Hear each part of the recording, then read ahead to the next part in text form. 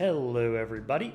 In this brief tutorial, I'm going to show you how you can use Boardroom to track cost of goods sold for your e-commerce business.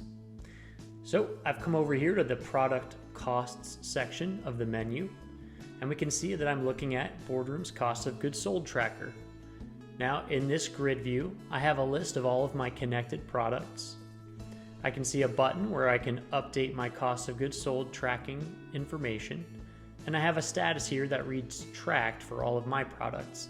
Now, if I wasn't already tracking cost of goods sold, this would read not tracked and it would be in red text. So if you already track cost per item in Shopify, note that Boardroom pulls this over automatically when you create your account.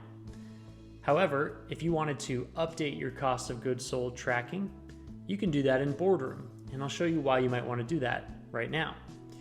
So for this product, let's go with the laptop product. You can see I've got two variants here, a 14-inch and a 22-inch laptop, where I can update the cost of goods sold information for one variant or another, or I can do them both in bulk. So I'm going to use the bulk option, and I get a simple form here. First, I can enter my product costs. So this is that cost per item field that you see in Shopify, and it's really just the cost to produce this product.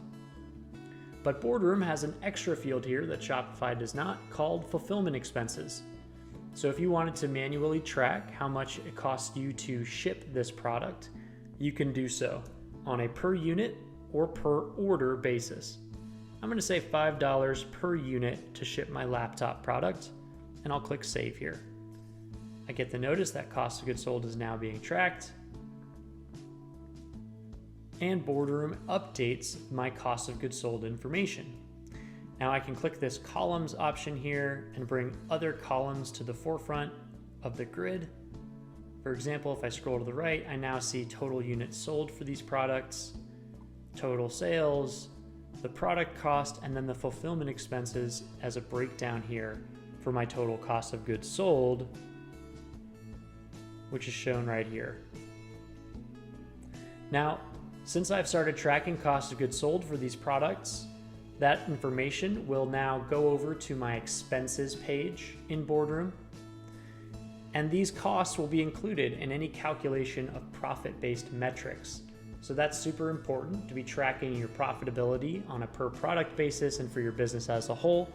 And we've just taken one step in the right direction to start tracking my true profitability. So that's it for this tutorial video. Thanks for watching.